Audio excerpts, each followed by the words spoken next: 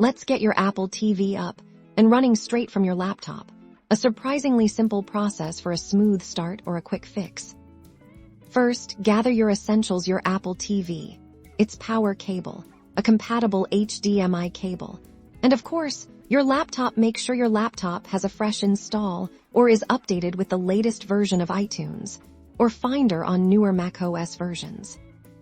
Connect your Apple TV to a power source then, using your HDMI cable.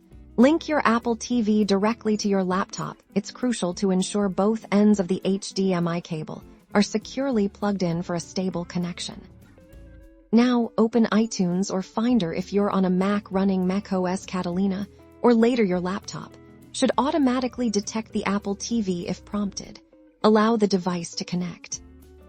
In iTunes or Finder, you'll see options for your Apple TV for a fresh start or troubleshooting. Select the Restore Apple TV option. This will download the latest software and prepare your Apple TV. Clicking Restore initiates the download of the necessary software. Keep your laptop connected to the internet and avoid disconnecting the Apple TV during this crucial process. It might take a few minutes depending on your internet speed. Once the restore is complete, your Apple TV will restart. You'll see a setup icon appear on the Apple TV screen, indicating it's ready for the next steps, which you can now complete directly on your television.